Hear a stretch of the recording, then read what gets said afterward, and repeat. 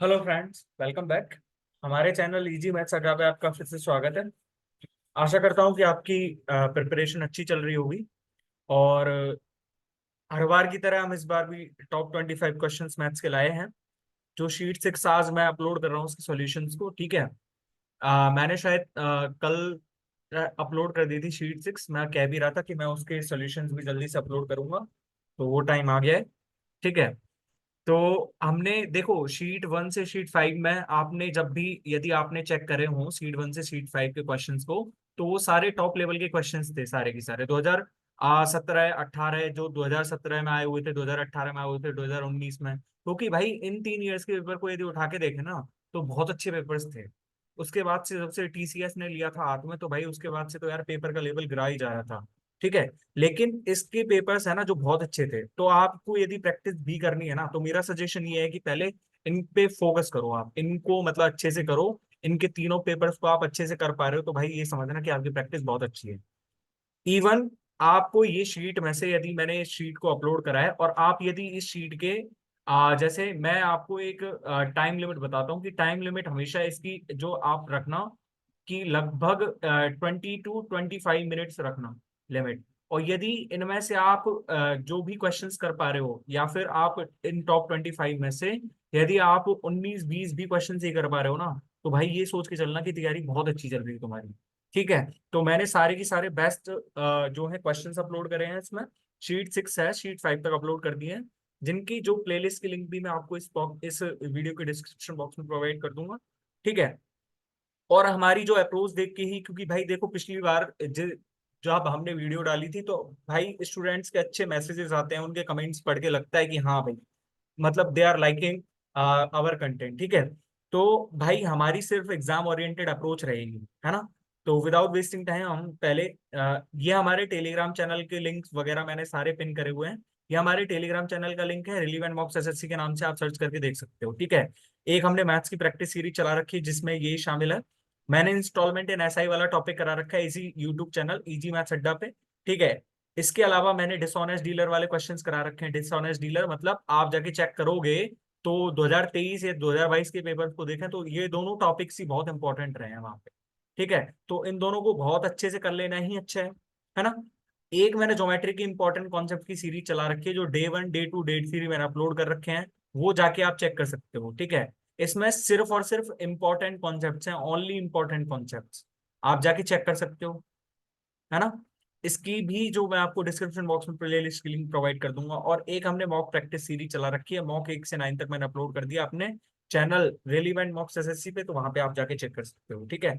तो without wasting time हम questions की तरफ बढ़ते हैं। देखो भाई, मैं बार बार कह रहा हूँ और आज फिर से बता दूं आपको, वेंडर चेंज हो गया है, कोई कुछ नहीं कह सकता। हालांकि पेपर का लेवल इतना तो चेंज नहीं होना चाहिए, लेकिन फिर भी बाई चांस यदि 2017 2018 के लेवल को यदि दोबारा रिपीट करा जाए, तो भाई मतलब बहुत अच्छा पेपर आता है, बहुत अच्छा, ठीक है। तो विदाउट वेस्टिंग टाइम हम क्वेश्चन की तरफ बढ़ते हैं पहला। तो पहला क्वेश्चन है मेरे पास, पहला क्वेश्चन मेरे पास इंस्टॉलमेंट से रिलेटेड है ना, इंस्टॉलमेंट। और भाई इंस्टॉलमेंट की मैंने बहुत अच्छे से वीडियो करा रखी है, इंस्टॉलमेंट इन एसआई की। आप वीडियो देखोगे ना, तो आपके सारे डाउट्स दूर हो जाएंगे, ये मेरा दावा है, ठीक है। तो मेरे पास फर्स्ट क्वेश्चन है, a computer is available for rupees 3900 on cash payment, और rupees 19,000 as cash payment followed by 5 monthly instalment of 4200 each. What is the rate of interest per annum under the instalment plan. तो भाई यहाँ पे मैं आपसे सिर्फ एक चीज पूछना चाहूंगा, उसने 39,000 दिया था, ठीक है। 39,000 में से वो कितना, वो 19,000 दे दिया उसने, तो उसको कितना चुकाना था, 20,000 रहता था, 20,000। लेकिन वो जब 4200 की 5 इंस्टॉलमेंट देगा, तो वो कितना दे रहा है, 20,000 की जगह वो दे 21,000 रहा है, 20,000 की जगह वो दे 21,000 रहा है। ढंग से समझना है क्वेश्चन को, है ना। अब मैंने आपको जब इंस्टॉलमेंट पढ़ाया था, तो मैंने एक चीज बताई थी कि instalment will decrease from the principal, instalment will decrease from the principal. जब 20,000 की जगह 21,000 दे रहा है, वो मतलब 1,000 का वो कर रहा है, वो 1,000 का। तो हमारे पास सिंपल इंटरेस्ट का फॉर्मूला क्या होता है, PRT/100। अब ध्यान से देखना, फर्स्ट ईयर के लिए जो मैंने रेट ऑफ इंटरेस्ट को यदि मैं R% मान लूं, तो मेरे पास एक ईयर की रेट ऑफ इंटरेस्ट कितनी हो जाएगी, मेरे पास R%/12 हो जाएगी, R%/12। अब मेरे को ये बताना कि फर्स्ट ईयर के लिए, फर्स्ट मंथ के लिए जब मैंने प्रिंसिपल चुना, तो फर्स्ट मंथ के लिए मेरे पास प्रिंसिपल कितना था, 20,000 था, 20,000 था। लेकिन सेकंड मंथ में उसने क्या करा कि उसने तो पहले ही 4200 की इंस्टॉलमेंट दे दी, 4200 की इंस्टॉलमेंट दे दी। भाई आपने यदि कंपाउंड इंटरेस्ट पढ़ा है तो कंपाउंड इंटरेस्ट में क्या पढ़ा है कि जो फर्स्ट ईयर का जो अमाउंट होगा वो सेकंड ईयर के लिए प्रिंसिपल होगा, और जो सेकंड ईयर का अमाउंट है वो थर्ड ईयर के लिए प्रिंसिपल होगा, and so on so four. ठीक है, यही तो रहता है ना। तो हमारे पास जब 20,000 में से मैं 4,200 माइनस करूंगा तो मेरे पास कितना आ गया, 15,800। यानी कि जो दूसरे मंथ के लिए ब्याज लगा है ना वो मेरे पास 15,800 पे लगा है। और तीसरे मंथ के लिए 4200 फिर घटाऊंगा इसमें से, तो मेरे पास कितना आएगा, 11,600। प्लस मैं चौथे मंथ के लिए फिर 4200 घटाऊंगा इसमें से, तो 4200 घटाऊंगा तो मेरे पास कितना आ जाएगा, 7400। प्लस पांचवें मंथ के लिए फिर घटाऊंगा मैं इसमें से 4200, तो मेरे पास ये कितना आ जाएगा, ये मेरे पास आ जाएगा 3200।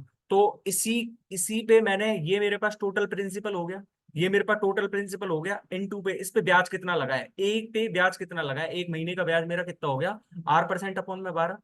इसी की टोटल वैल्यू मेरे को कितनी दी हुई है, 1000 दी हुई है। 1000 दी हुई है ना इसी की टोटल वैल्यू तो मेरे को, इसी की 1000 दी हुई है ना, सॉरी 1000। तो जब इसी की टोटल वैल्यू मेरे को 1000 दी हुई है तो देखो 20 और 15 35, 35 और 11 46, 46 और 7 53, 53 और 3 56, 56 और ये 57 और एक 58, यानी कि 58, ये तो मेरे पास 58,000 आ गया। 58,000 का आर भाई 1200 कर दो सीधा, अब 1000। ठीक है, तो देखो मेरे पास दो जीरो से दो जीरो तो यहाँ पे कट गए, है ना, एक जीरो से एक जीरो मेरे पास यहाँ पे कट गया। ठीक है, तो मेरे पास आर की वैल्यू कितनी आ रही है मेरे पास, सीधी सी 1200/58। और 1200/58 को मैं कितना लिख सकता हूँ, 600/29। 600/29, 580 होता तो 20 बार चला जाता है, यानी कि 20 से 20/29% इसका आंसर है। अपने को यदि थोड़ा बहुत टाइम लगता है तो लगने दो, पर क्वेश्चन सही होना चाहिए ना, क्वेश्चन सही होना चाहिए ना, जहाँ पे शॉर्टेस्ट अप्रोच लगेगी वहां पे तो बताऊंगा ना आपको। आप वीडियो जाके देखना एक बार भाई, सारे की सारे डाउट्स खत्म नहीं हो जाए ना आपको, भाई तब कहना आके सारे ही डाउट्स खत्म हो जाएंगे एक ही बार में। ये इंस्टॉलमेंट की वीडियो जिसका मैंने लिंक आपको पिन अभी दिखाया था कि देखो ये मैंने यहाँ पे पिन भी करा हुआ है इसका इंस्टॉलमेंट वाला है, ये रखो। ठीक है, दूसरा क्वेश्चन आ गया मेरे पास। A right circular cylinder has height as 18 centimetre and radius as 7 centimetre. The cylinder is cut in 3 equal parts. What is the percentage increase in total surface area. तो मेरे को यहाँ पे एक चीज बताओ सिर्फ, मैं आपसे ये कि मैं आपको चलो चित्र ही बना के बता देता हूँ कि जैसे मेरे पास ये कोई सिलेंडर था, ये कोई मेरे पास क्या था, सिलेंडर था, है ना। अब ये सिलेंडर था, जब मैं इसमें एक सिमिलर कट यहां से लगाऊंगा, मैं इसमें एक सिमिलर यहाँ पे कट लगाऊंगा मैं, तो ये मेरे पास एक कट लग गया। जब ये एक कट लगाया ना मैंने, तो एक कट मैंने जब लगाया तो मेरे पास दो सरफेसेस और बन गए, दो सरफेस बन गए एक कट पे।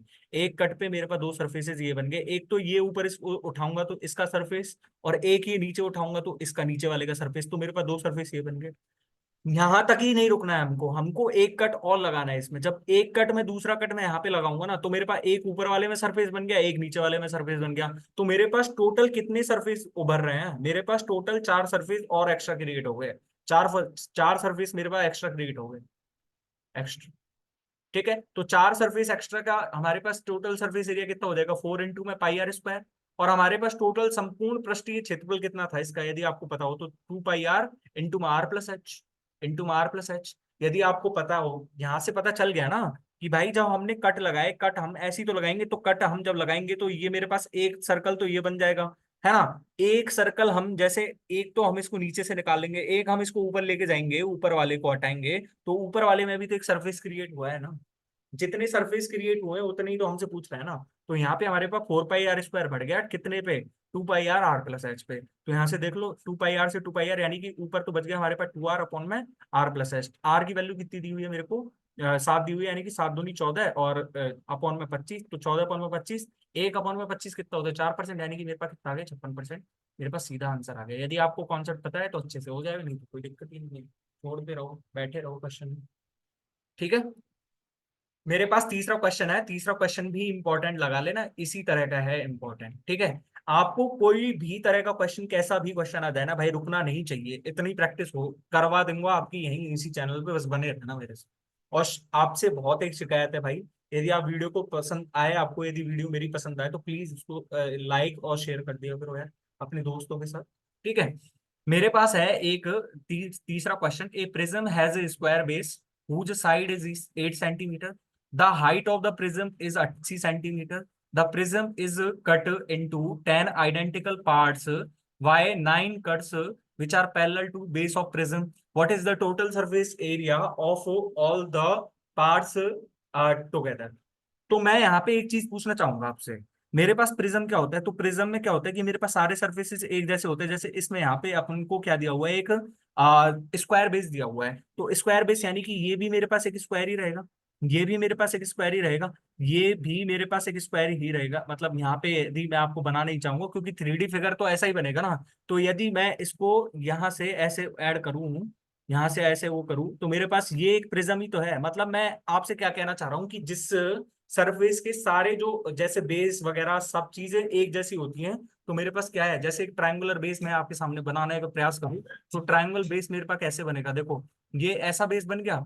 ये मेरे को यहाँ से ऐसे जोड़ना है इससे, मतलब सारे के सारे जो इसके फेसेस है ना, वो एक जैसे बेस में ही होने चाहिए, एक जैसे बेस में ही होने चाहिए। तो मैं अब आपको सिर्फ यहाँ से आपको प्रिज्म की यदि अच्छे से समझ में आ गई हो, तो मेरे को यहाँ पे क्या कह रहा है कि मेरे को प्रिज्म का बेस स्क्वायर दिया हुआ है, प्रिज्म का बेस स्क्वायर दिया हुआ है, और मेरे को यहाँ पे प्रिज्म की हाइट दी हुई है, हाइट दी हुई है। तो मेरे को यहाँ पे एक चीज बताओ, जब मैं प्रिज्म को स्क्वायर प्रिज्म को मैं काटूंगा, स्क्वायर बेस वाले प्रिज्म को, तो उसमें से मेरे को क्यूब नहीं निकलेंगे क्या, क्यूब। अब वो क्यूब ही क्यों निकलेंगे ये भी तो पता चले। मेरे पास हाइट दे रखी है, प्रिज्म की हाइट मेरे पास कितनी दे रखी है, हाइट दे रखी है मेरे पास 80। तो जब मैं इसको 10 पार्ट में काटूंगा, यदि इसको 10 पार्ट्स में डिवाइड करूंगा, मैं 10 पार्ट्स में डिवाइड, तो मेरे पास एक पार्ट की हाइट कितनी आएगी, एक पार्ट की हाइट मेरे पास 8 सेंटीमीटर आ जाएगी।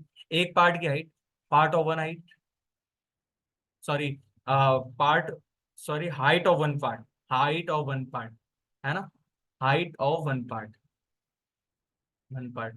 ठीक है, तो ये मेरे पास एक की हाइट आ गई, और मेरे पास बेस तो समान ही है ना, बेस तो मेरे पास स्क्वायर है, तो ये मेरे पास क्या बन जाएंगे, क्यूब बन जाएंगे। तो यानी कि मेरे को 10 क्यूब का पृष्ठीय क्षेत्रफल निकालना है। तो मतलब मैं जब निकालूंगा तो मेरे पास यहाँ से क्या होना चाहिए, 10 into cube surface area, 10 into cube surface area. ठीक है, तो मेरे पास यहाँ से कितना हो जाएगा, 10 इंटू 6 इंटू में 8 स्क्वायर, 6L स्क्वायर ही तो होता है ना। तो 64 छिकी 384, और ये मेरे पास कितना हो गया, 384। या फिर आप 6 का मल्टीपल चेक कर लो, 6 का मल्टीपल पर सारे ही सारे ही लगते हैं। ये नहीं है मेरे पास 6 का मल्टीपल, ये 4 2 6, ये भी है 6 का मल्टीपल, ये भी नहीं है, तो हमारे पास दो ऑप्शन मैच करके। आप देखते रहना, आप तो अब आपको बता दिया ना मैंने कॉन्सेप्ट तो। ठीक है, ये मेरे पास चौथा क्वेश्चन है, और चौथे क्वेश्चन में आप पढ़ो पहले क्या दिया हुआ है आपको। If the numerator of a fraction is increased by 3 and the denominator is decreased by 1, then the fraction becomes 7/9। And if the numerator is increased by 1 and the denominator is decreased by 3, the original fraction, then fraction becomes 3/4। Find the original fraction. हमसे सिर्फ original fraction पूछ रहा है, सिर्फ original fraction. मतलब मैं इसको करना चाहूंगा ना, तो मैं बाई ऑप्शंस करूंगा इसको, बाई ऑप्शंस ही मैं करना चाहूंगा इसको। बाई ऑप्शंस ये मेरे पास क्या है, बेस्ट मेथड है इस चीज का। बाई ऑप्शंस में कैसे करूंगा, देखो ये मेरे पास क्या करना है, इंक्रीज करना है। फर्स्ट ऑप्शन में चेक कर रहा हूँ, तो मेरे को देखो ये यहाँ पे क्या बनेगा, मेरे पे 14 में, ये एक डिक्रीज करूंगा तो मेरे पास 12 हो गई है। तो यानी कि ये तो मेरे पास, यही मेरे पास कितना बैठा है, 7/6, तो मेरे पास ये तो आंसर ही नहीं है, 7/9 बैठना चाहिए था। ठीक है, अब दूसरा क्वेश्चन चेक करो, दूसरा ऑप्शन चेक करो। तो दूसरे ऑप्शन में मेरे पास कितना दिया हुआ है, 3 बढ़ाना है इसको, इसमें से एक घटाना है, सॉरी इसको 3 बढ़ाना है और इसमें से एक घटाना है, यानी कि ये मेरे पास 7/9 है। लेकिन दूसरी कंडीशन भी फुलफिल कर रही है क्या, कि भाई न्यूमरेटर इज इंक्रीज बाई 1, यानी कि ये मेरे पास 12 है, अपॉन में डिक्रीज बाई 3, मतलब ये डिनोमिनेटर को डिक्रीज करना है 3 से, तो ये मेरे पास 3/4, यानी कि मेरे पास यही ऑप्शन तो ठीक होगा। हमको दोनों ऑप्शंस को चेक करने की जरूरत ही नहीं है, बाई ऑप्शंस मैंने करा बेस्ट मेथड था। वैसे कुछ महानुभाव ऐसे हैं जिनको भाई अच्छे ही मेथड चाहिए, बेसिक मेथड भी चाहिए, तो भाई बेसिक भी देख लो एक बार, बेसिक भी देख लो एक बार। तो देखो बेसिक क्या है कि मैंने उस फ्रैक्शन को x/y मान लिया।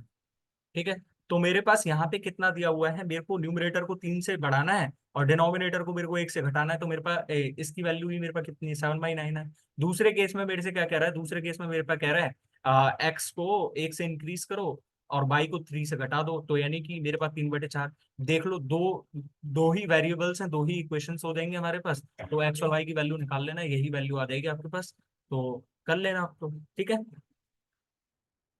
मेरे पास पांचवा क्वेश्चन आ गया, और पांचवें क्वेश्चन में दिया हुआ है ABC is an equilateral triangle inscribed in a circle with A B is equals to 8 centimetre. तो देखो ये मेरे पास कोई स्क्वायर है ना, और स्क्वायर में ये मेरे पास कितना दिया हुआ है, ये मेरे पास कोई इक्विलेटरल ट्राइंगल दिया हुआ है एबीसी।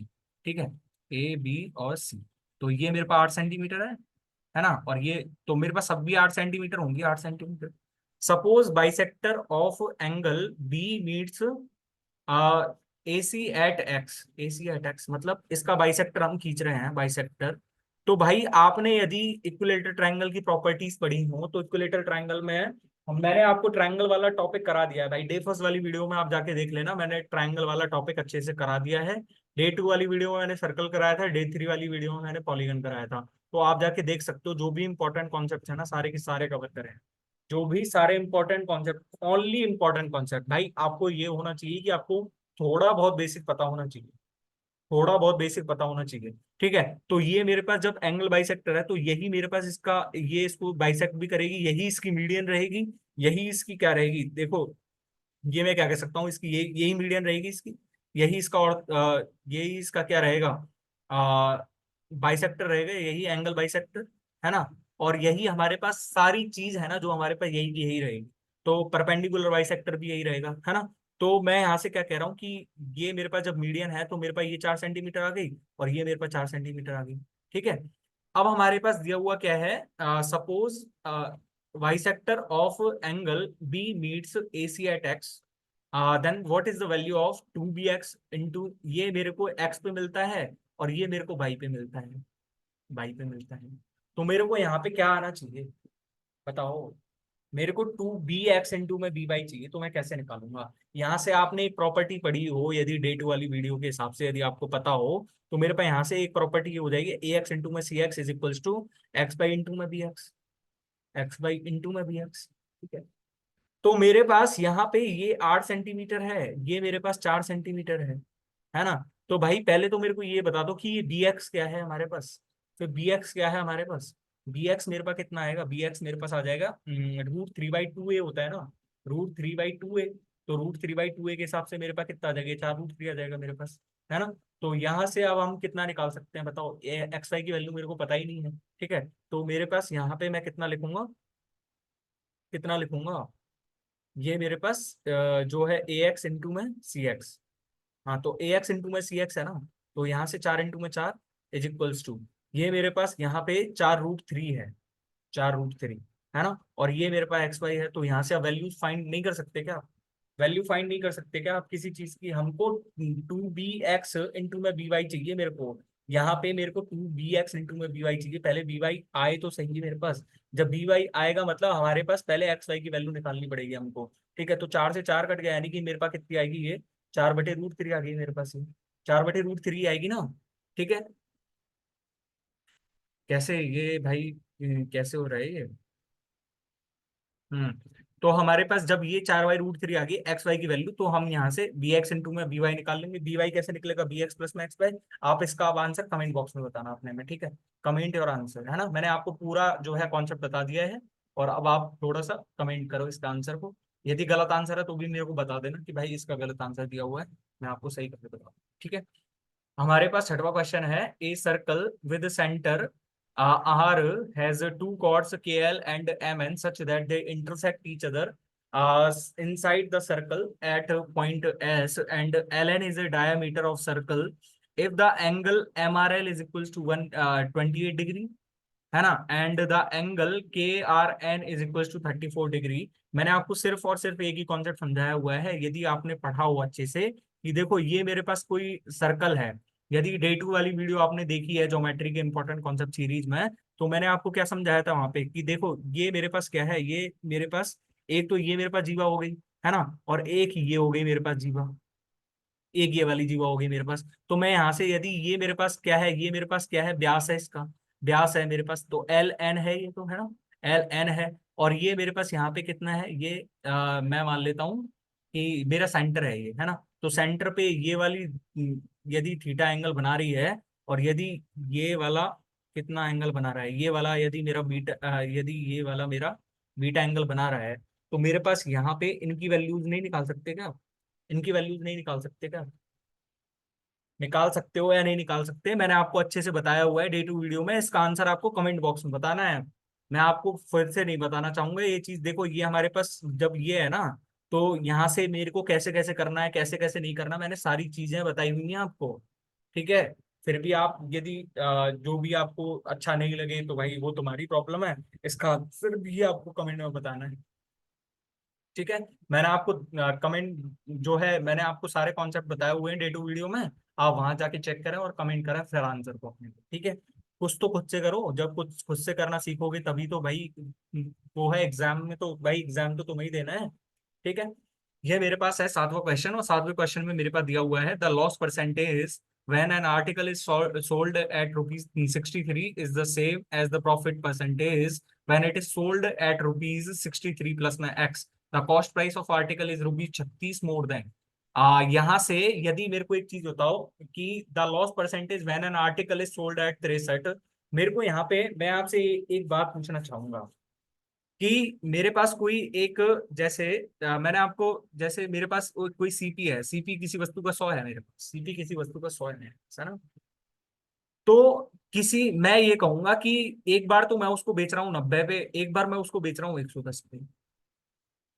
तो मैं कितना कह सकता हूँ कि भाई मतलब एक जो वस्तु को 90 पे बेचने पर जितना लॉस परसेंटेज हो रहा है, उतना ही प्रॉफिट परसेंटेज उसको 110 पे बेचने में हो रहा है, उतना ही प्रॉफिट उसको 110% पे बेचने को हो रहा है। तो यानी कि मैं यहाँ से क्या देख पा रहा हूँ कि हमारे पास जितना भी लॉस परसेंटेज हो रहा है, मतलब जितने रुपए पे हमको प्रॉफिट परसेंटेज हो रहा है और जितने पे हमको लॉस परसेंटेज हो रहा है, उनका ही तो हमारे को मीन निकालना था। तो यानी कि मैं कॉस्ट प्राइस को यहाँ पे क्या लिख सकता हूँ, मीन ऑफ 110, 90, ये भी तो लिख सकता हूँ। तो मेरे पास यहाँ पे सीपी की वैल्यू कितनी दी हुई है, मैं आपको यहाँ पे बताना चाहता हूँ कि हमारे पास लॉस जो है, हमको loss when an article is sold at rupees 63 is same as the profit percentage when it is sold at 63 plus x।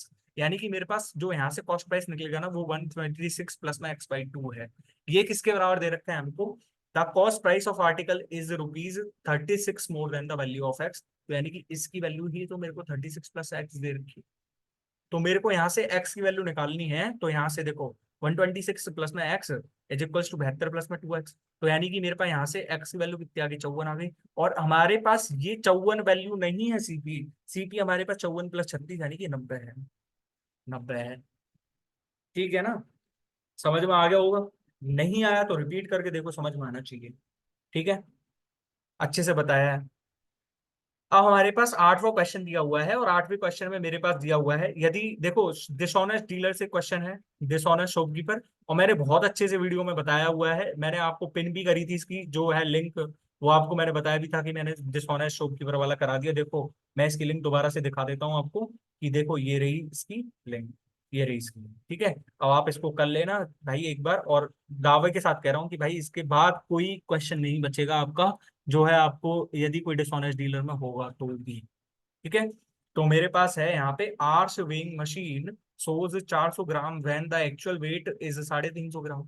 The cost price of almonds is 880 rupees per kg and packets of 200 gram are made using the faulty weighing machine. What should be the selling price of each packet to get a profit percentage of rupees 25%।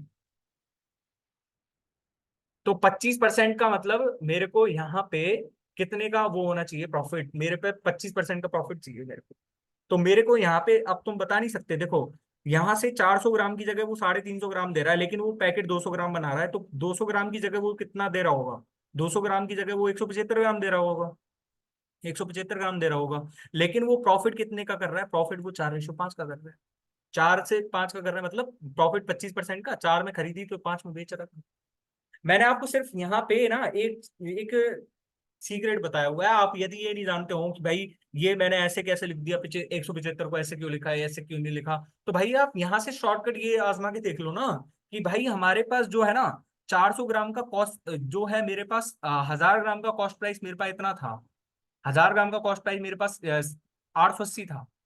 ठीक है, जब ये मेरे पास 880 है तो मेरे पास 200 ग्राम का कितना हो जाएगा, 200 ग्राम का मेरे पास कितना हो जाएगा, 880 अपॉन में 5, 880 अपॉन में 5, यानी कि मैं यहाँ से कितना कह सकता हूँ, ये मेरे पास आ जाएगा 138, यानी कि 17 और 6 1760 तो आएगा। तो मेरे पास 176, तो ये मेरे पास कितना हो गया, 200 ग्राम की कॉस्ट प्राइस हो गई, 200 ग्राम की मेरे पास ये क्या हो गई, मेरे पास कॉस्ट प्राइस हो गई। ठीक है, तो जब ये मेरे पास कॉस्ट प्राइस है, अब वो 200 ग्राम की जगह दे कितना रहा है, 175 ग्राम, तो यहां से 175 ग्राम की नहीं कैलकुलेट कर सकते क्या, 175 ग्राम का यहाँ से कैलकुलेट कैलकुलेट करो, वो 4 की वैल्यू हो जाएगी, तो हमको 5 की वैल्यू ही तो कैलकुलेट करनी है। 5 की वैल्यू तो कैलकुलेट करनी है। भाई हमारे पास 200 ग्राम का है, तो मेरे पास 175 ग्राम का कितना हो जाएगा? 175 ग्राम निकालने के लिए मेरे को कितने से मल्टीप्लाई करना था? यहाँ पे 7/8 से मल्टीप्लाई करना था, यानी कि मेरे पास 154 ग्राम है। 154 ग्राम। और इसको मैं 25, ये मेरे पास 4 की वैल्यू है, मेरे को 5 की वैल्यू निकालनी है, 5 की वैल्यू, तो मेरे पास कितने से निकलेगी वो? कितने से निकलेगी वो? बताओ आप। यहाँ से 4 × 12 है ना, और ये मेरे पास यहाँ पे 3 बच गया, 3 यानी कि 8 पॉइंट, ये मेरे पास इतना आ जाएगा। तो मेरे पास 5 की वैल्यू नहीं निकाल सकते क्या? 5 की वैल्यू नहीं निकाल सकते क्या आप यहाँ से? आप यहाँ से निकाल लेना, आपको ये भी नहीं लिखने की जरूरत पड़ेगी। आपको कमेंट करना है इसका आंसर, मैंने वैसे आंसर बता दिया है आपको। 192 पॉइंट समथिंग आएगा, 38 पॉइंट समथिंग जा रहा है, तो 38 पंजे 190 होता है। 190 192 के समथिंग ही जाएगा आंसर। ठीक है। ये मेरे पास है लीनियर रेस का क्वेश्चन, और लीनियर रेस वाला टॉपिक भी मैंने अपने इस इजी मैथ्स अड्डा यूट्यूब चैनल पे अपलोड कर दिया है। लीनियर रेस, वहां से पढ़ने के बाद आपको भाई लीनियर रेस में भी कोई डाउट नहीं रहेगा। दावे के साथ कह रहा हूँ भाई ये चीज है। ठीक है ना, जितनी भी बातें कहूंगा ना, एकदम दावे के साथ चेक करके देख लेना खुद ही। ठीक है। मेरे पास यहाँ पे 9 का क्वेश्चन है। In a car race, car A beats B by 45 kilometre, car B beats car C by 50 kilometre, and car A beats car C by 90 kilometre, at the distance over which the race has been conducted. तो हम पहले यहां से ये देखें, यदि A B और सी है, मेरे पास ए बी और सी, तो मैंने आपको जब एक क्वेश्चन बताया था उस लीनियर रेस में, तो मैंने आपको सिर्फ यहाँ पे एक चीज बताई थी, यदि यहाँ पे x किलोमीटर चल रहा है, x, तो इसने बी ने कितना चला, x-45। लेकिन एक्स ए ने बीट करा है सी को 90 किलोमीटर से, यानी कि एक्स ने जब सॉरी ए ने जब एक्स चलाया तो सी कितना चलेगा, x-90 किलोमीटर। अब मेरे पास यहाँ पे क्या कह रहा है कि बी ने सेम रेस में सी को 50 किलोमीटर से हराया, यानी कि बी रेशो सी मेरे पास कितना दिया हुआ है, एक्स। यदि बी एक्स चल रहा है तो मेरे पास सी कितना चल रहा है, x-50। x-50। ठीक है। तो मेरे पास यहां से दूरी जिस पर दौड़ आयोजित की गई, तो मेरे पास यहाँ पे एक तो सीधा सीधा सा मेथड ये है कि भाई यहाँ पे ये मेरे पास इतनी डिस्टेंस है और यहाँ पे मेरे पास इतनी डिस्टेंस है, पर इनकी स्पीड तो समान है ना। भाई मैं आपसे सिर्फ यहाँ पे एक चीज बताना चाहूंगा कि भाई जितने समय में ए ने इतना चला है, बी ने उतने ही समय में x-45 चला है। तो मेरे पास जब यहाँ पे टाइम इक्वल है, तो मेरे पास जो स्पीड का रेशियो होता है वही तो डिस्टेंस का रेशियो होता है ना मेरे पास। तो यही मेरे पास स्पीड का रेशियो नहीं है क्या? यही मेरे पास स्पीड का रेशियो नहीं है क्या? सब जो लीनियर रेस वाला टॉपिक है ना, वो इसी पे बेस्ड है कि हमको टाइम कांस्टेंट है, हमको दिया हुआ है कि टाइम कांस्टेंट है, तब हमें निकालना है वो चीजें। तो हमारे पास जब रेशियो, स्पीड का रेशियो तो इक्वल ही रहेगा ना, यानी कि मैं यहाँ से कितना कह सकता हूँ, x-45 अपॉन में x-90 है, इज इक्वल्स टू, ये मेरे पास कितना आ गया, x अपॉन में x-50, x अपॉन में x-50। ठीक है। अब यहां से आपने देखो, ये तो सीधा सा मेथड एक तो मैं बताता हूँ। देखो यहाँ पे कितने का गैप है, यहाँ पे हमको कितने का गैप दिख रहा है, यहाँ पे मेरे को दिख रहा है गैप 45 का, और यहाँ पे मेरे को कितने का गैप दिख रहा है, यहाँ पे मेरे को 50 का गैप दिख रहा है। तो इनको सेम बनाने के लिए मैं किससे मल्टीप्लाई कर दूँ? इनको सेम बनाने के लिए मैं किससे मल्टीप्लाई कर दूं? मैं यदि 9 से मल्टीप्लाई कर दूं दोनों तरफ, तो मेरे पास हो जाएगा क्या गैप से? यदि यहाँ पे 9 का मल्टीप्लाई करूंगा और यहाँ पे 9 का मल्टीप्लाई करूंगा, तो मेरे तो भी मेरे पास नहीं होगा। पर यहाँ पे नहीं, यहाँ पे मेरे को 10 का मल्टीप्लाई करना है और यहाँ पे मेरे को 9 का मल्टीप्लाई करना है। तो देखो यहाँ पे यदि मैं ऊपर नीचे 10 का मल्टीप्लाई करूँ, तो x- में 450, 10x- में 450, और 10x- में ये मेरे पास कितना हो जाएगा, 900, इज इक्वल्स टू, ये मेरे पास कितना हो जाएगा, 9x अपॉन में 9x- में 450। ठीक है। तो अब मेरे पास वही तो डिफरेंस आ गया ना। अब या चाहे तो कहीं से निकाल लो, यहाँ से आप x की वैल्यू निकाल लो सीधा, या फिर यहाँ से आप x की वैल्यू निकाल लो सीधा, तो x की वैल्यू 450 ही तो आएगी, 450 ही तो आएगी। ये आपने क्या करा, ये भी तो बता दो सर, ये आपने क्या करा?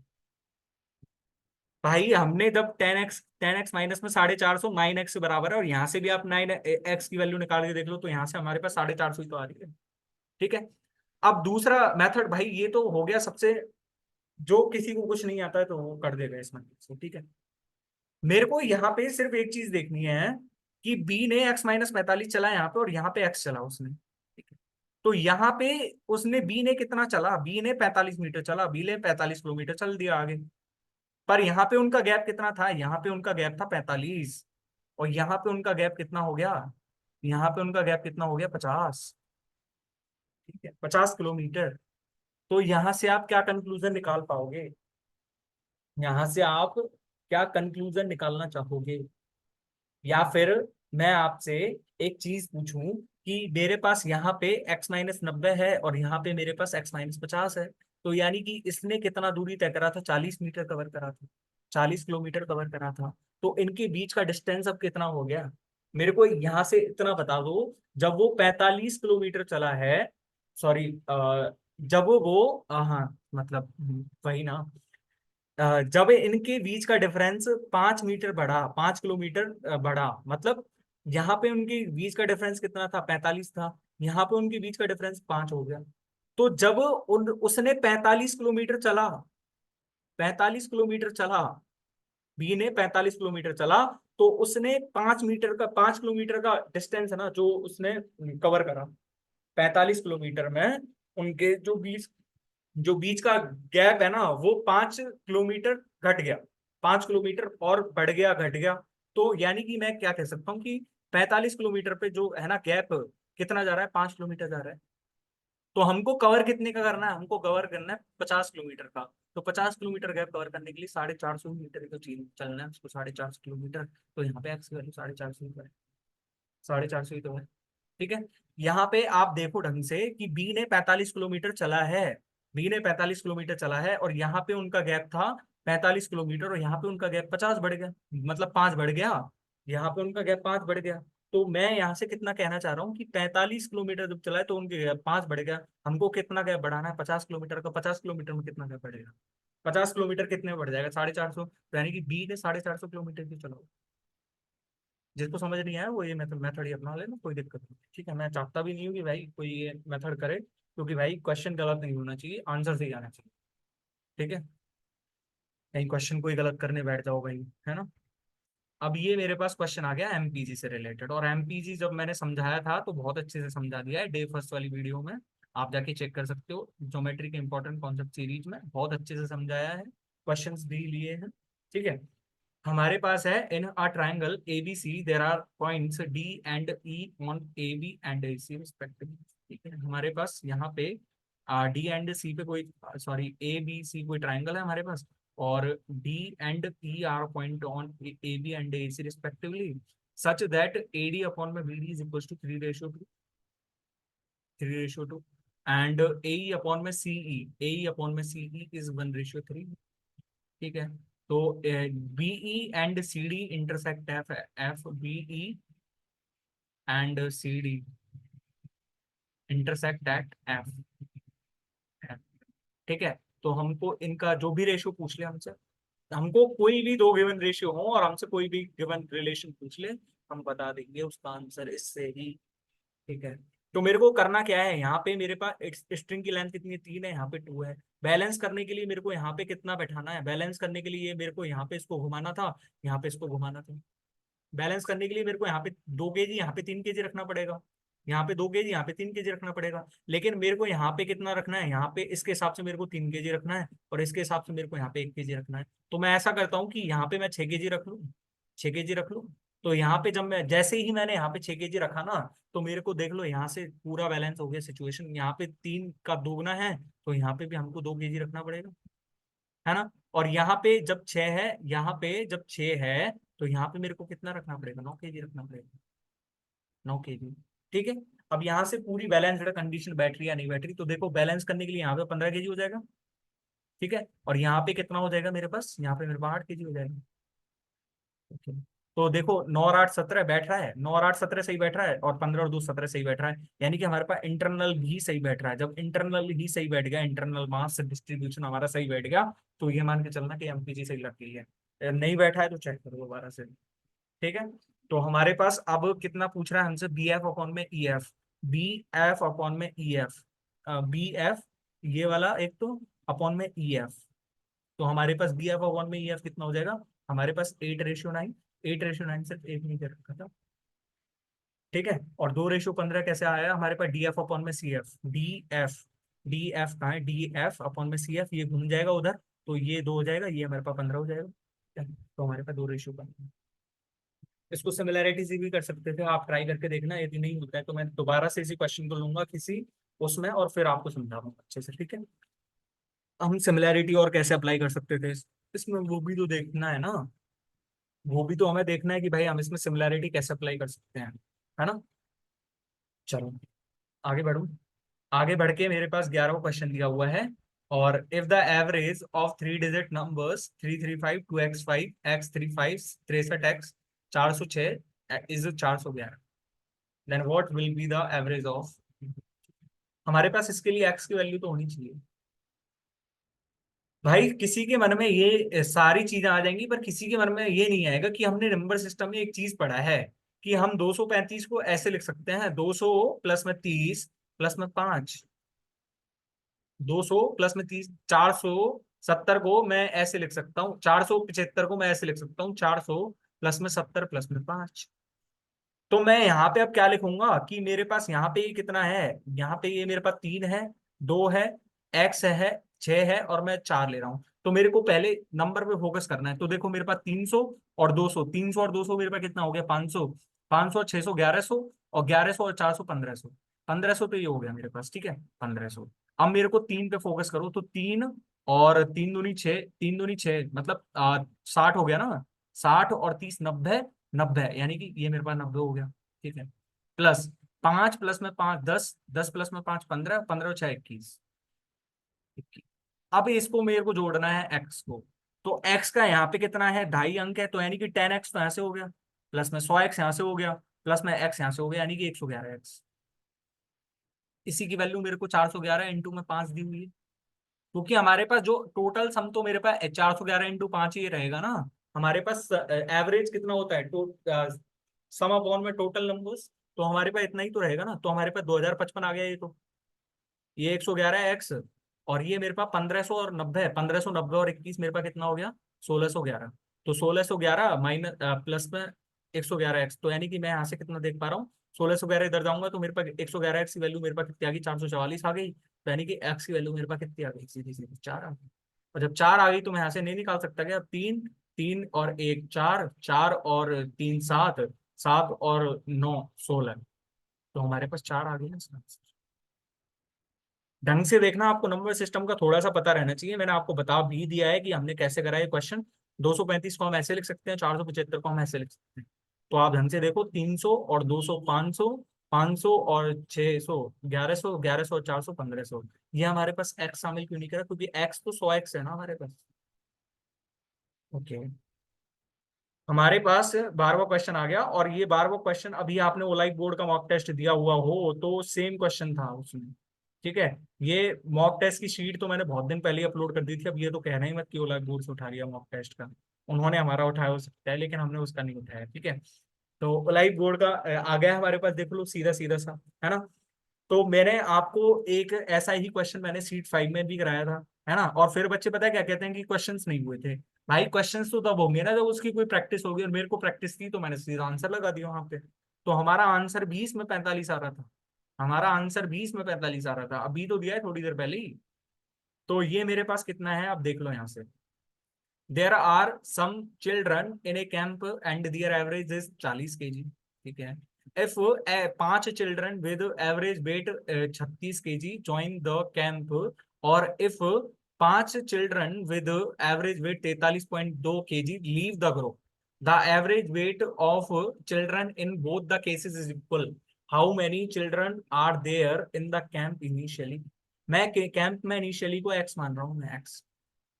तो मेरे पास यहां से आप ध्यान से देखना, ध्यान से, मेरे पास उनका 40 40 ही था, 40 ही था मेरे पास, लेकिन मेरे पास ज्वाइन कर रहे हैं, पर ज्वाइन मेरे पास 36 kg वाले कर रहे हैं, 36 kg वाले। तो जब ज्वाइन 36 kg वाले कर रहे हैं तो मेरे पास -4 कम है। मतलब यदि हमारे पास 40 कम रहता ना, 40 kg ही रहता, 40 kg वाले 5 बच्चे और ज्वाइन कर रहे हैं, तो ये मेरे पास 40 की 40 ही रहता, 40 की 40 ही रहता। लेकिन 36 kg वाले ज्वाइन कर रहे हैं, 36 kg वाले, तो 36 kg वाले वो -20 लेके आ रहे हैं ना। मतलब यदि उसमें से +20 और कर दिया जाए, उनके साथ हम +20 और कर दें, 4 4 और बढ़ा दें सबके वेट को, तो हमको कितना मिल जाएगा, 40 मिल जाएगा, 40 मिल जाएगा ना वही। तो हमको ये जो -20 बचा है, जो ये -20 लेके आ रहे हैं, तो वही तो बटेगा ना इसमें, वही तो किस में बटेगा हमारा, x+5 में बटेगा, x+5 में वही तो बटेगा ना हमारा। ठीक है। और इसी प्रकार से अब यहाँ पे भी 40 ही रहता, लेकिन वो क्या होना चाहिए, 40 ही रहता, कब रहता, जब वो 5 बच्चे 40 kg वाले ही छोड़ते, लेकिन 3.2 kg ज्यादा छोड़ के, 3.2 kg ज्यादा वाले छोड़ के गए हैं। तो यानी कि वो 3.2 kg हर हर में से लेके गए हैं, हर बच्चे के हर स्टूडेंट के एवरेज में से लेके गए होंगे। तो यानी कि अब वो जो बचा कुचा एवरेज है ना हमारे पास, तो वो हमारे पास 3.2 इंटू में 5 अपॉन में, ये मेरे को कितने में बढ़ जाएगा, अब x-5 में बढ़ जाएगा ये। तो हमारे पास यहाँ से 40 से 40 गया, और मेरे पास यहाँ से कितना आ जाएगा, देखो 20x, माइनस में माइनस से माइनस कट गया ना, 20x माइनस में 100 इज इक्वल्स टू, ये मेरे पास कितना आ जाएगा यहाँ से, 16 है ये, तो 16x प्लस में 80, तो यानी कि मेरे पास कितना आ जाएगा, 4x की वैल्यू मेरे पास 180 है, यानी कि x की वैल्यू 45। और ये मैंने सीधा सीधा कैसे करा था, आप जाके देख सकते हो लाइव बोर्ड वाले में भी, ये मैंने ऐसे करा। ठीक है। 13वां क्वेश्चन आ गया मेरे पास। 13वां क्वेश्चन भी है भाई, इंपॉर्टेंट क्वेश्चन लगा लेना, क्योंकि आपको ज्योमेट्री में है, अच्छे से याद होना चाहिए चीज, है ना। tan x प्लस में sin x is equals to a है, tan x माइनस में sin x is equals to b है, then find the value of a square minus में b square. a square minus में b स्क्वायर यानी कि हमको a प्लस b चाहिए एक तो, और एक हमको a माइनस b चाहिए। तो मेरे पास यहाँ से a प्लस b कितना आ जाएगा, a प्लस में b, a प्लस में b के लिए दोनों को जोड़ना पड़ेगा, यानी कि 2 tan x, और a माइनस में b कितना आ जाएगा मेरे पास, दोनों को घटा दूंगा मैं, यानी कि 2 sin x। तो मैंने जब दोनों का गुना करा तो मेरे पास 1/4 a स्क्वायर माइनस में b स्क्वायर की वैल्यू ही मेरे पास tan² x into sin² x आ गई, सॉरी tan x इंटू में sin x। अब मेरे पास यदि tan x into sin x की वैल्यू मेरे को पता चल जाए तो मैं आंसर निकाल दूंगा अच्छे से, लेकिन tan x into sin x की वैल्यू आएगी कहाँ से। तो आपने एक चीज पढ़ी रहनी चाहिए आपको, कि जो tan² x माइनस में sin² x होता है ना, इसी पे बेस्ड एक क्वेश्चन आया था अभी ओलाइट बोर्ड वाले में, तो उसकी वैल्यू होती है tan² x इंटू में sin²x। यदि आपको ये पता है तो आप अच्छे से कर पाएंगे, अन्यथा आप वैल्यू पुट करो, कोई मतलब नहीं है उस चीज का, कोई मतलब नहीं है उस चीज का, वैसे ही क्यों कॉम्प्लिकेटेड बनाना क्वेश्चन को। ये हमारे पास कैसे आया, इसको देखो sin² x बटे में cos² x लिखोगे, माइनस में sin² कॉमन लो तो 1 माइनस में cos² अपॉन में cos², 1 माइनस में cos² sin², यानी कि sin की पावर 4 अपॉन में cos²x बन गया, इसको हम ऐसे तो लिख सकते हैं। ठीक है। तो हमारे पास tan² x इंटू में sin² होता है, यानी कि मैं इन दोनों का मल्टीप्लाई कर दूं तो ये मेरे पास 1/4 a² माइनस में b², यही मेरे पास किसके बराबर है, यही मेरे पास किसके बराबर हो जाएगा, √ab के बराबर, क्योंकि tan² इंटू sin² है ना ये, तो ए बी, तो हमारे पास ए बी का रूट आ गया, ए बी का रूट, है ना। ठीक है। मेरे पास 14वां क्वेश्चन आ गया।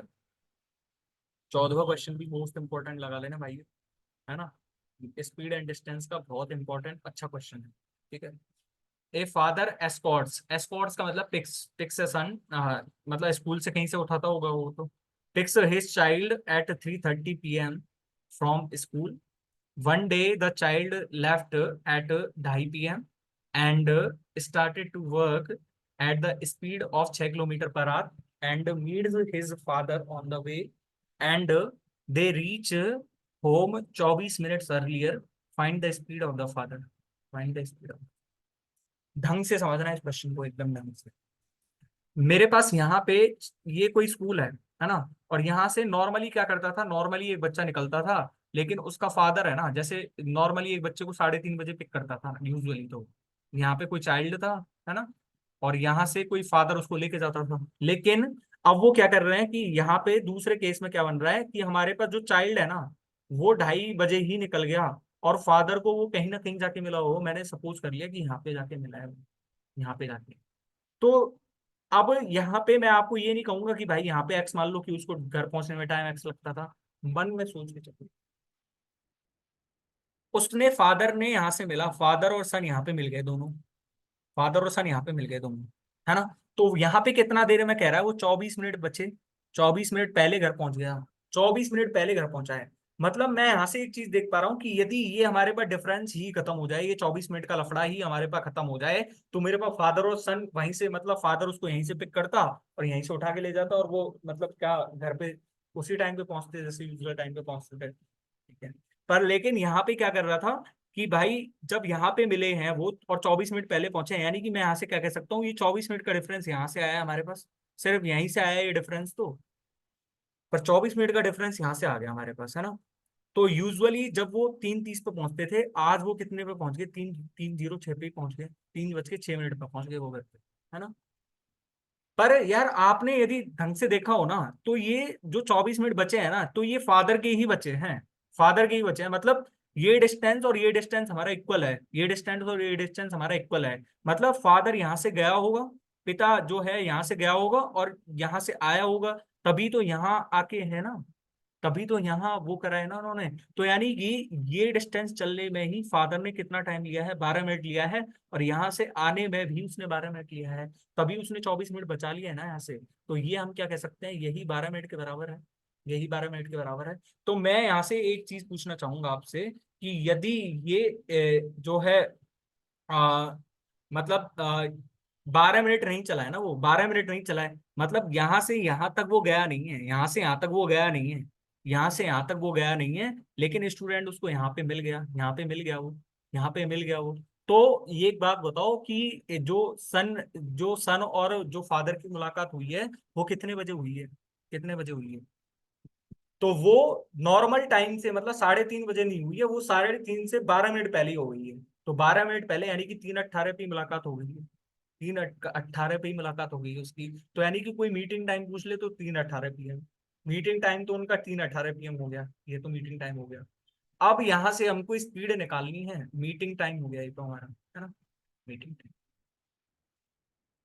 तो मेरे पास अब यहाँ से जब मीटिंग टाइम 3:18 है, मतलब मैं यहाँ से कितना कह सकता हूँ कि स्टूडेंट जो चला है ना, जो चाइल्ड चला है, तो वो चाइल्ड कितना मिनट चला होगा, चाइल्ड 48 मिनट चल लिया, चाइल्ड 48 मिनट चल लिया। जब ये चाइल्ड 48 मिनट में यहाँ से यहाँ तक पहुंचा, तो और फादर तो यही दूरी कितने में तय कर रहा था, 12 मिनट में, तो मैं यहाँ से टाइम का डिफरेंस क्या लिख सकता हूँ, टाइम बराबर 48 और 12, यानी कि ये तो हमारे पास चाइल्ड का टाइम हो गया, ये हमारे पास फादर का टाइम हो गया। हमारे पास डिस्टेंस सेम है, तो मेरे पास स्पीड का रेशियो इनका विपरीत ही तो होगा, यानी कि इसकी स्पीड 1 है तो इसकी स्पीड 4 होगी। 1 की वैल्यू हमको कितनी दी हुई है, 6 किलोमीटर पर आवर, तो हमको 4 की वैल्यू निकालनी थी, 24 किलोमीटर पर आवर हमारे पास आंसर ही हो जाएगा। समझ में आ जाएगा, वीडियो दोबारा से रिपीट करके देखो, मैंने आपको पूरा अच्छे से बताया है, दोबारा मैं रिपीट नहीं करूंगा इस क्वेश्चन। 15वां क्वेश्चन है, ये भी इंपॉर्टेंट लगा लेना आपको, यदि जो आता है थोड़ा बहुत, यदि उसमें स्ट्रीम बोट और वो वाले क्वेश्चंस आते हैं तो कर पाओगे, नहीं तो छोड़ देना, कोई दिक्कत नहीं है, विदाउट वेस्टिंग टाइम, है ना। तो हमारे पास क्वेश्चन दिया हुआ है, क्वेश्चन नंबर 15 है, और क्वेश्चन नंबर 15, 1 सेकेंड, ये कहा क्या हो सकता है, ए बोट कवर से round trip, round trip, okay, round trip का मतलब कि वो जहां से गया है, पॉइंट यहां से गया होगा, यहां से वो चला गया और यहां से वो आ गया, तो ये होती है राउंड ट्रिप, है ना। Journey between 2 points A and be in a river in T hours, मतलब एक बार तो वो टी आवर्स में गया है ना, टी आवर्स में। तो यहाँ से मेरे को एक चीज आपको बतानी हो, एक चीज यदि आपको मैं पूछूं, तो आप क्या बताओगे कि भाई वो एक बार तो नदी के साथ वाली डायरेक्शन में गया है, जिस डायरेक्शन में स्ट्रीम बह रही थी, और एक बार वो उससे विपरीत डायरेक्शन में गया है। जब वो साथ वाली डायरेक्शन में जा रहा है तो वो अपस्ट्रीम जा रहा है, अपस्ट्रीम जा रहा है, और जब वो विपरीत में आ रहा है तो वो कितना आ रहा है, डाउन स्ट्रीम आ रहा है। यही तो है, होता है ना कॉन्सेप्ट, यही तो कॉन्सेप्ट होना है ना। तो हमारे पास मैं यहाँ से कितना ले सकता हूँ, यदि मेरे पास पूरा डिस्टेंस यदि डी मान लूं मैं, तो डी की वैल्यू हमारे पास कितनी आ जाएगी, डी अपॉन में एक्स प्लस में वाई, प्लस में डी अपॉन में एक्स माइनस में वाई। ये तो मेरे पास क्या हो गया, डाउन स्ट्रीम वाली चाल, ये मेरे पास अप स्ट्रीम वाली चाल। तो इसकी वैल्यू मेरे को कितना दी हुई है, टी, डिस्टेंस अपॉन में स्पीड की वैल्यू ही तो हमारे पास टाइम होती है ना, टाइम। अब हमसे क्या कह रहा है, if its speed in still water becomes 2 times, it would take 80 t upon में 161 आवर्स। मतलब हमारे को इसको बाई को तो कांस्टेंट रखना है, लेकिन एक्स को 2x हो गया हमारे पास, तो डी अपॉन में 2x प्लस में वाई है, प्लस में डी अपॉन में 2x माइनस में वाई, ये मेरे पास कितना हो जाएगा, 80 टी अपॉन में 161। तो मेरे को कितना बताना है, find the ratio of speed in its still water the speed of river. मेरे को एक्स रेशियो वाई चाहिए, एक्स रेशियो वाई। तो एक्स रेशियो वाई कैसे निकलेगा मेरे पास, मेरे को यहाँ से सिर्फ एक चीज दिख रही है कि यदि मैं इसको सॉल्व करने बैठूं तो मेरे पास कितना आ रहा है, 2dx की वैल्यू मेरे पास कितनी आ रही है, 2dx अपॉन में x square minus y square, value मेरे पास t है। और यहाँ से यदि मैं सॉल्व करूँ तो मेरे पास 4dx अपॉन में 2x square minus sorry 4x square minus में वाई स्क्वायर की वैल्यू मेरे पास 80t अपॉन में x। मेरे को t से t यदि काटना है तो मैं इसको इससे डिवाइड कर दूं, मतलब फर्स्ट इक्वेशन को सेकंड से डिवाइड कर रहा हूं मैं। तो अब ध्यान से देखना मेरे पास, देखो ये 4 से ये 2 बार कट जाएगा तो मेरे पास ये तो कट ही गया पूरा। तो मेरे पास यहाँ से कितना बच जाएगा, 4x स्क्वायर माइनस में वाई स्क्वायर अपॉन में 2x स्क्वायर माइनस में वाई स्क्वायर की वैल्यू मेरे पास कितनी आ जाएगी यहाँ से, 161 अपॉन में 80। तो ये देखो 40 बार कट गया। ठीक है, अब देखो 40 चौका 160 और यहाँ से 161, तो मेरे पास एक्स स्क्वायर तो यहाँ से आना है इज इक्वल्स टू, ये मेरे पास कितना है ये मेरे पास कितना आ जाएगा, ये मेरे पास 40/स्क्वायर, 40/स्क्वायर, और ये मेरे पास कितना है, ये मेरे पास कितना है 161/स्क्वायर। तो मेरे पास यहाँ से ये कितना आ जाएगा, यदि मैं इसको इधर लेके जाऊंगा तो मेरे पास 181/स्क्वायर आ गया, सॉरी 121/स्क्वायर, 121/स्क्वायर। तो यहाँ से एक्स अपॉन बाई वाई की वैल्यू मेरे पास कितनी आ गई, 11/1 ही तो आ गई, 11/1 ही तो आ गई। समझ में नहीं आया हो तो भाई दोबारा देख लेना, कोई दिक्कत नहीं है। ठीक है, ये भी जो पूछे जाने वाले क्वेश्चंस में, मिक्सचर एंड एलिगेशन वाले क्वेश्चन में सबसे ज्यादा पूछे जाने वाले क्वेश्चंस में से एक है। ठीक है, when 1 liter water is added to a mixture of milk and water, the new mixture contains 25% milk।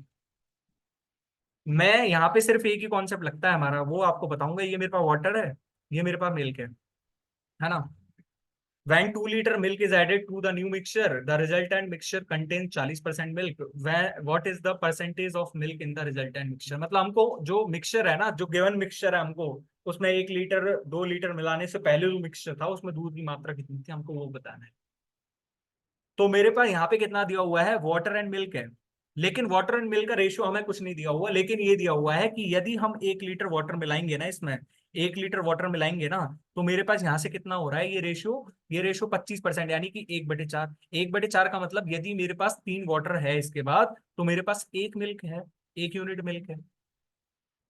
अब मेरे पास यहाँ पे कितना दिया हुआ है कि यदि मेरे को इसमें 2 लीटर और मिक्सचर ऐड करना, 2 लीटर मिल्क ऐड करना पड़ जाए, तो अब मेरे पास 40% मिल्क हो जाता है। 40% मिल्क का मतलब 2/5, यानी कि यदि मेरे पास 2 यूनिट मिल्क हो जाएगा इसके बाद, तो मेरे पास 3 यूनिट वाटर था, 3 यूनिट वाटर था।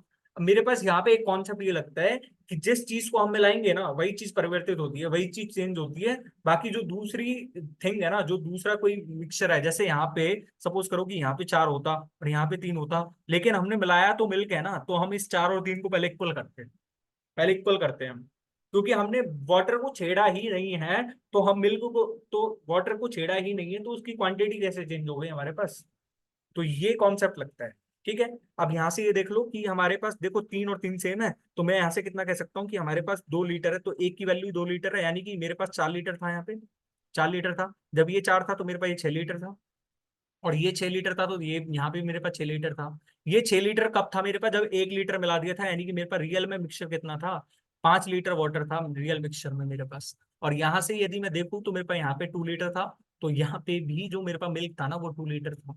तो मेरे पास आ गया ना टोटल मिक्सचर। टोटल मिक्सचर में वाटर कितना था, 5 लीटर था, मिल्क 2 लीटर था।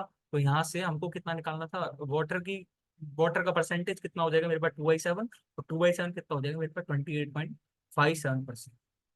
अच्छे से याद कर लेना आप, 1/1, 1/2, 1/3, 1/4, 25%, 1/6, 1/5, आप याद करके रखा करो ऐसी परसेंटेज को, आपको कब काम आ जाए कोई कुछ नहीं कर सकते। ठीक है ना, ये तो सबसे बेसिक चीज है परसेंटेज का। 17वां क्वेश्चन आ गया, और 17वें क्वेश्चन में ये भी इंपॉर्टेंट लगा लेना इसको भी, है ना। अब हमारे पास कितना दे रखा है, a vessel contains 2.5 litre of water and 10 litre of milk, 20% of the contents of the vessel are removed. मतलब मेरे पास यहाँ पे पहले तो वाटर लिख लूं मैं, और यहाँ पे मैं मिल्क लिख लूं। तो मैं आपको यहाँ पे सिर्फ एक चीज बताना चाहूँ कि भाई हम जैसे यहाँ पे वाटर एंड मिल्क का कंसेंट्रेशन, वाटर कितना है, 2.5 लीटर है, और 10 लीटर मिल्क है हमारे पास। तो हम जब 20% निकालेंगे तो उसके बाद भी रेशियो हमारे पास 1/4 ही रहेगा, जैसे पहले था, जैसे पहले था। ये तो आपको पता ही होगा ना कि भाई यहाँ पे 2.5 लीटर है, यहाँ पे 10 लीटर है, 1/4 में है।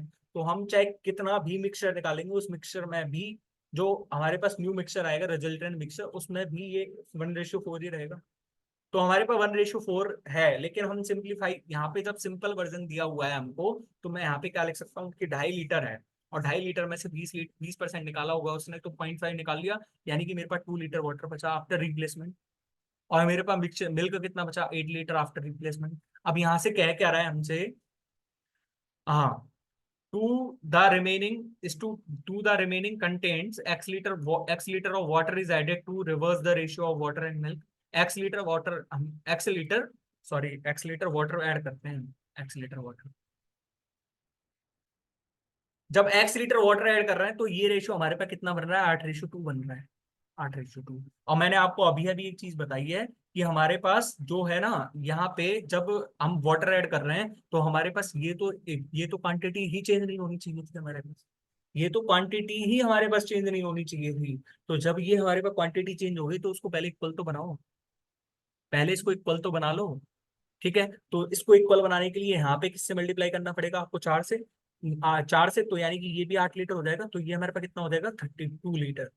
32 लीटर, यानी कि मेरे पास एक्स की वैल्यू मेरे पास कितनी आ जाएगी, +30 लीटर करा होगा, जब इसने +30 लीटर करा होगा तभी तो मेरे पास 32 लीटर हुआ ये।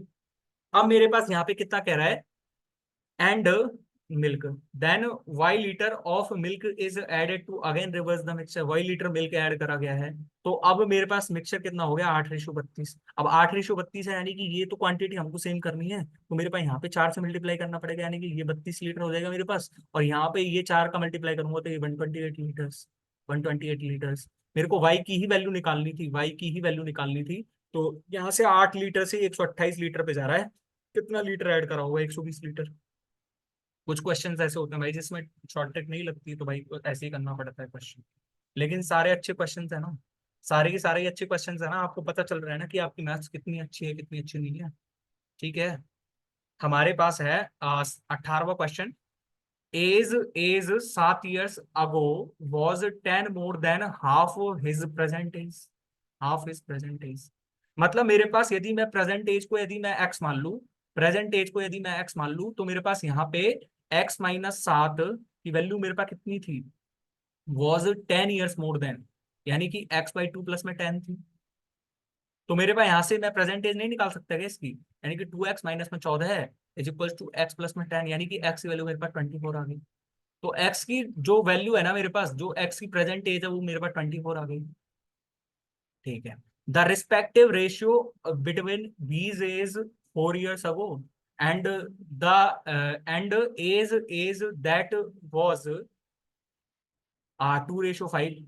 ए का 4 years पहले कितना एज था, ए का 4 years पहले कितना था, 20 था, तो यानी कि 5 की वैल्यू जब 20 है, तो मेरे पास जो 2 की वैल्यू कितनी होगी, 8 होगी। यानी कि बी की प्रेजेंट एज यदि मेरे को निकालनी पड़ जाए, बी की प्रेजेंट एज, तो बी की प्रेजेंट एज कितनी होगी मेरे पास, बी की प्रेजेंट एज मेरे पास कितनी होगी, 12 होगी मेरे पास, है ना।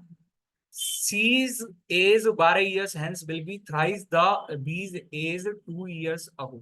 2 years ago इसकी एज कितनी थी, 10 थी, तो 3, तो C's as 12 years hence will be, 12 years के बाद उसकी एज 3, जो thrice of B's age 2 years ago।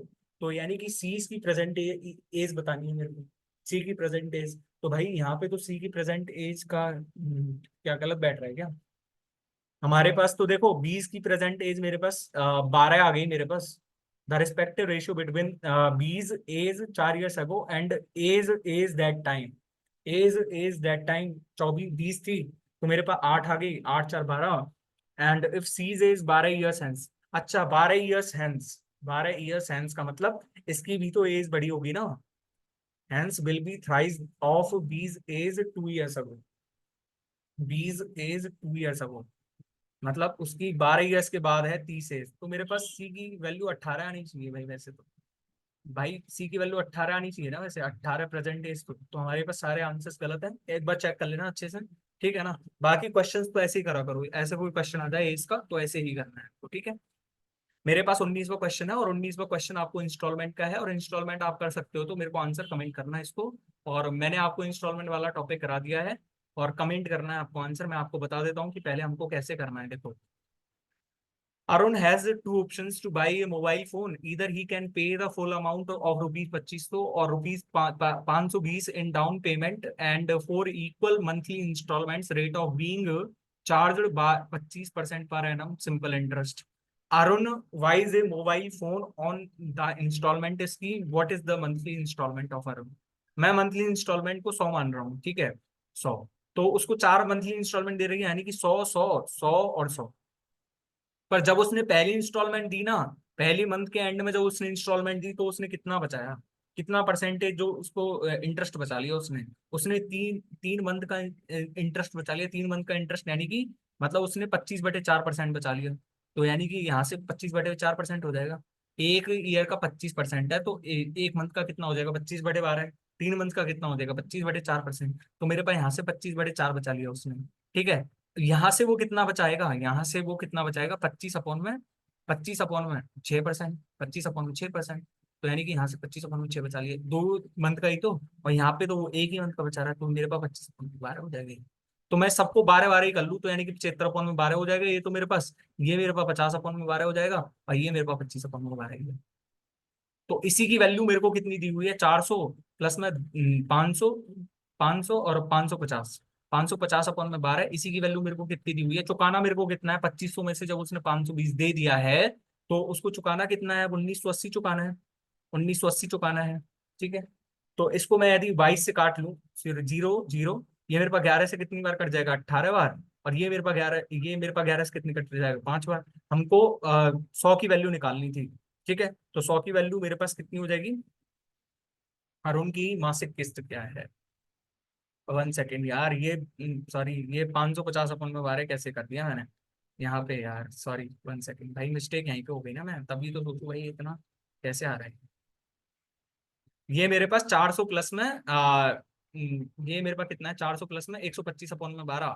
तो 400 प्लस में 125/12, यानी कि 4925/12 की वैल्यू मेरे पास 1980 है, ठीक है। अब ये 11 से काट लो इसको, 11 से काट लो अब तो। 11 से कट रहा है क्या? तो आप यहाँ से मतलब 100 की वैल्यू निकाल लेना, आपको 100 की वैल्यू आ जाएगी। आपको कमेंट करना है तो आंसर, यदि गलत भी है तो आप सही कर देना, मेरे को कोई दिक्कत नहीं है, ठीक है। ये मेरे पास 20वां क्वेश्चन है, और 20वां क्वेश्चन मेरे को बहुत अच्छा दिया हुआ है टाइम एंड वर्क का। A and B are equally efficient and each can individually complete a work piece of work in 36 days if no one takes any holiday. A and B started working together on this piece of work, but A took a day off after every 5 days of work, while B took a day off after every 7 days of work. If the duo had started working on 1 July 2021, on which day the work was completed? ठीक है, बहुत अच्छा question है भाई, अच्छा question है, मतलब अच्छी लैंग्वेज है। मतलब ए और बी इक्वल एफिशिएंट है, यानी कि मेरे पास इसकी एफिशिएंसी 1 है, इसकी एफिशिएंसी 1 है, लेकिन टोटल काम मेरे पास 36 ही है, क्योंकि 36 डेज ले रहा है ना दोनों, ये भी 36 डेज ले रहा है, ये भी 36 डेज ले रहा है। तो मेरे पास इनकी एफिशिएंसी 1:1 हो जाएगी, ठीक है।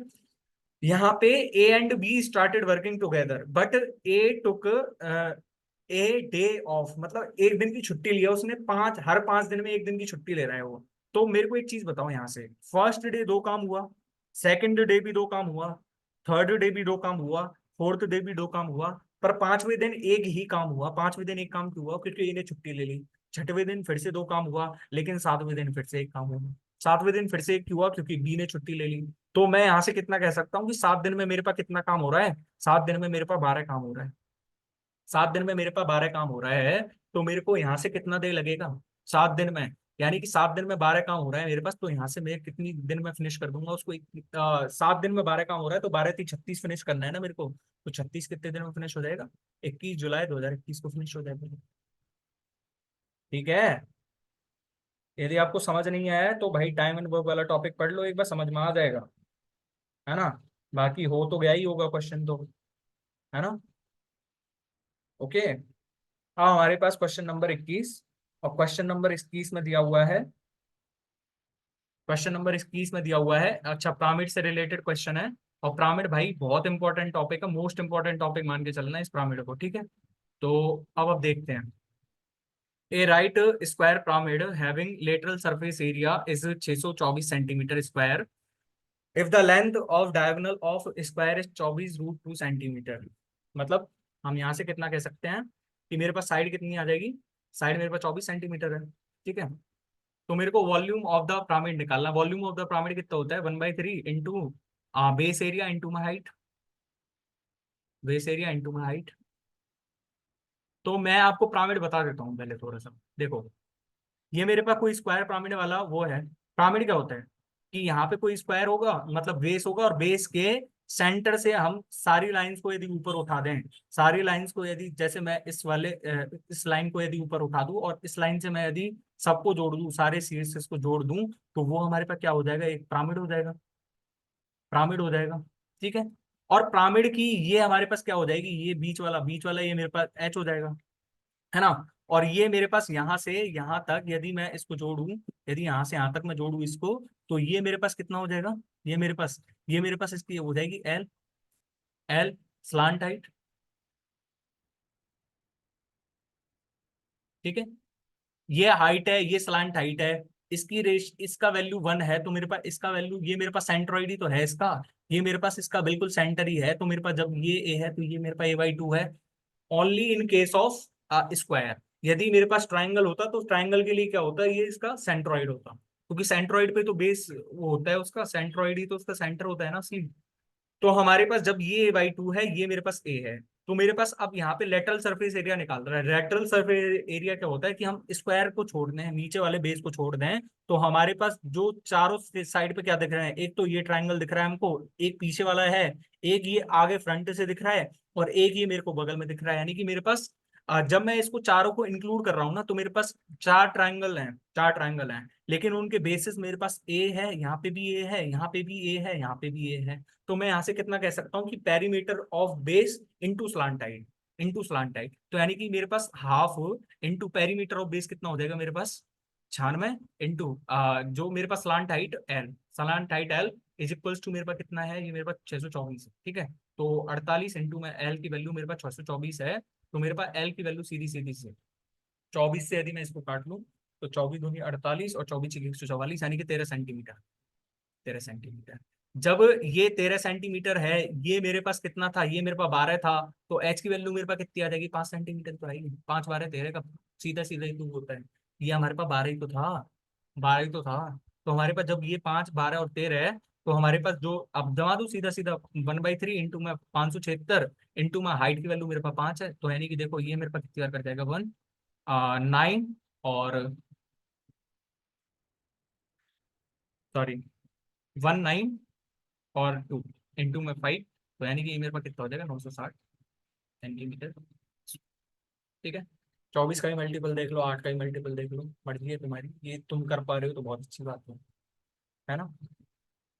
ये आप खुद से मेरे को कमेंट में बताओगे इसका आंसर, है ना, कमेंट योर आंसर, है ना। कोई ज्यादा टफ नहीं है ये, है ना, कोई ज्यादा टफ नहीं है, और सिंपल सा वो है, इसमें से ये हटा लेना निकटतम पूर्णांक तक, है ना, क्योंकि इसमें कोई निकटतम पूर्णांक नहीं है, आप खुद से करो। आप इसको इसलिए नहीं कर पाओगे कि भाई राउंडेड ऑफ को देख के नहीं कर पा रहे हो, तो मैंने ये काट दिया है, आप खुद से करके बताना मेरे को क्वेश्चन, है ना। ये मेरे पास 23 को क्वेश्चन है, 23 को क्वेश्चन में मेरे पास दिया हुआ है, Akshita and Raina are typing a book but have only one laptop and to work upon.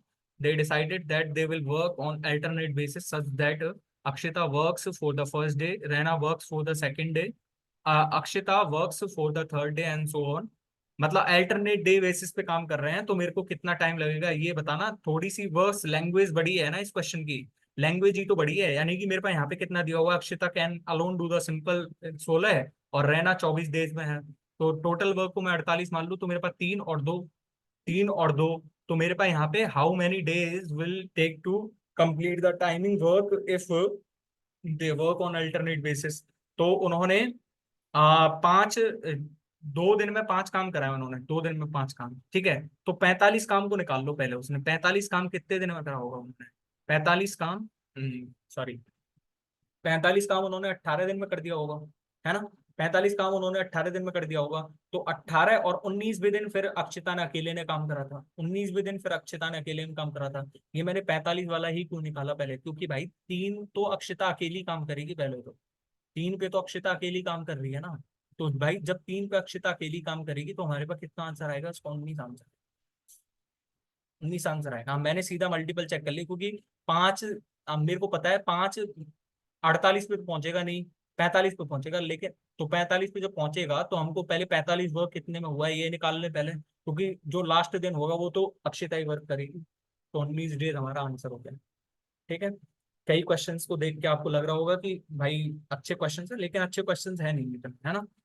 When A alone do a piece of work, he takes 25 days more than the time taken by A and B to do the work. On the other hand, B alone takes 16 days more than the time taken by A and B to do the work together. How many days will A and B working together take to do the double the work? तो मेरे पास यहाँ पे ए है, B है, और यहाँ पे ए प्लस में बी है, लेकिन मेरे पास इनडायरेक्टली वे में दिया हुआ है कि ए प्लस में बी एक्स डेज ले रहे हैं। तो हमारे पास जो बी कितना डेज ले रहा है एक्स प्लस में 16, और ये मेरे पास कितना डेज लेगा, ए मेरे पास लेगा एक्स प्लस में 25। जहां पे भी ऐसी कोई सिचुएशन बने तो यहाँ पे एक चीज मान लेना कि हमारे पास जो ए ने एक दिन में काम कितना करा होगा, ए ने एक दिन में काम करा होगा एक्स प्लस में 25, प्लस बी ने एक दिन में कितना काम करा होगा एक्स अपॉन एक्स प्लस में 16। जब एक दिन में, जब पूरे काम को एक्स प्लस 25 डेज में कर रहा है, ये एक्स प्लस 16 में कर रहा है, और ये एक्स डेज में कर रहा है मेरे पास, तो मेरे पास एक डेज में इतना, इन्होंने इतना ही काम करा होगा दोनों ने। इनके द्वारा किया गया काम इन दोनों के द्वारा किए गए काम के बराबर ही तो होगा। तो यानी कि इन दोनों ने मिलकर एक दिन में कितना काम करा होगा, 1/x काम, 1/x काम। तो यहाँ से हमारे पास कितना आ जाएगा देख लो, अब यहाँ से तो सीधे सीधी सी वैल्यू आनी है ना मेरे पास। तो मेरे पास यहाँ से कितना आ जाएगा, 2x प्लस में 41 की वैल्यू, एक्स अपॉन में एक्स स्क्वायर प्लस में 400 प्लस में 41x। ठीक है, तो मेरे पास यहाँ से 41x से 41x कट जाएगा, तो मेरे पास एक्स स्क्वायर की वैल्यू 400 आ गई। तो एक्स की वैल्यू मेरे पास कितनी आ गई, एक्स की वैल्यू मेरे पास 20 आ गई। ठीक है, जब ये 20 आ गई तो ये ए प्लस में बी 20 काम 20 दिन ले रहे हैं, लेकिन डबल काम करना है, तो डबल के लिए 40 डेज ही तो लगेंगे, डबल के लिए 40 डेज ही तो लगेंगे। हमारे पास 25 और लास्ट क्वेश्चन फाइनली आ गया है। ठीक है, in the given figure A B C D is a square whose side is 4 centimetre, P is the point on side AB. What is the minimum value of VP plus में CP? VP plus में CP की minimum value चाहिए। तो यहाँ पे आप बताओगे कि क्या करना चाहोगे आप इसकी। भाई आपको ये पता है ना कि भाई जो परपेंडिकुलर डिस्टेंस होती है वो सबसे न्यूनतम वैल्यू होती है, और जो सीरियल लाइन होगी, जो जैसे मैं यदि उसके बीच में, मतलब किसके बीच में, यदि मेरे पास कोई राइट एंगल ट्राइंगल है, और मेरे पास यहाँ से ये है और यहाँ से ये है, पर यदि मैं इस पॉइंट और इस पॉइंट के बीच की मिनिमम डिस्टेंस आपसे पूछूं, तो मेरे पास इस पॉइंट और इस पॉइंट की मिनिमम डिस्टेंस जैसे 5 है, और ये 12 है, और ये 13 है, तो मेरे पास मिनिमम डिस्टेंस तो इन दोनों के बीच की यही है ना। या फिर ये है कि भाई पहले यहाँ से आ जाओ फिर यहाँ से आ जाओ, तो ये है या फिर ये है। तो आप ये कहोगे कि 13 मिनिमम डिस्टेंस है इसके बीच की। तो मेरे को क्या करना है कि ऐसे केसेस में जब ऐसे कोई फाइनल वैल्यू पूछेगा तो मेरे पास सीधी लाइन बनेगी, तो मेरे पास ज्यादा वो आएगी एक्यूरेट वैल्यू, मेरे पास ज्यादा मिनिमम वैल्यू आएगी मेरे पास। तो मैं यहाँ से क्या कर रहा हूँ कि मेरे पास यहाँ से मैं इतना ही बढ़ा रहा हूँ इसको, सेम फिगर यहाँ पे बना रहा हूँ। सेम फिगर मतलब यहाँ पे मैंने खोल दिया इसको, खोल दिया मैंने इसको, और जब मैंने इसको खोला ना तो ये मेरे पास यहाँ से यहाँ चला गया, ये मेरे पास यहाँ से यहाँ चला गया, तो ये मेरे पास पीसी ही है। और ये मेरे पास कितना बन गया, ये मेरे पास दोबारा से वर्ग बन गया, वर्ग बन गया। जब इसकी भुजा 4 थी तो ये मेरे पास 4 सेंटीमीटर, और ये मेरे पास कितना हो जाएगा 8 सेंटीमीटर। तो 4 और 8 का स्क्वायर, यानी कि 4 का स्क्वायर 8 का स्क्वायर, ये मेरे पास 4 गुना 1 है, ये मेरे पास 4 गुना 2 है, तो ये मेरे पास 4 इंटू में 2 स्क्वायर प्लस में 1 स्क्वायर यानी कि 5। तो 4√5 सेंटीमीटर इसका आंसर। देख लो अब कौन सी मिनिमम वैल्यू बैठ रही है तुम्हारे हिसाब से, और मैंने तो आपको एग्जांपल देके भी बता दिया। ठीक है, तो आई होप वीडियो अच्छा लगा होगा, और यदि वीडियो अच्छा लगा है तो भाई वीडियो को लाइक करना और हमारे चैनल को सब्सक्राइब करना ना भूलें। ऐसे ही प्रैक्टिस आपको करनी है तो हमारे साथ बने रहें। ठीक है, जहाँ पे शॉर्टेस्ट अप्रोच लगाने का कोई था मेथड तो वहां पे हमने लगाया, लेकिन आज के क्वेश्चन पर था नहीं कोई शॉर्टेस्ट अप्रोच। और जिन जिन क्वेश्चन का मैंने बोला है आपको आंसर कमेंट बॉक्स में बताना है, ये भी बताना है कि मैंने गलत आंसर दिया हुआ है या फिर सही आंसर दिया हुआ है। बाकी थैंक यू सो मच, मिलते हैं नेक्स्ट वीडियो में, तब तक के लिए बाय। और हाँ, ये प्रैक्टिस आप करते रहोगे तो भाई देखो ऐसे क्वेश्चन जब आप करोगे तो आपके अंदर एक कॉन्फिडेंस तो आएगी, प्लस ये भी कॉन्फिडेंस आएगा कि भाई इससे ज्यादा हार्ड और कितना बना सकता है कोई, इससे ज्यादा हार्ड और क्या बनाएगा कोई। ठीक है, तो थैंक यू सो मच, मिलते हैं नेक्स्ट वीडियो में, तब तक के लिए बाय।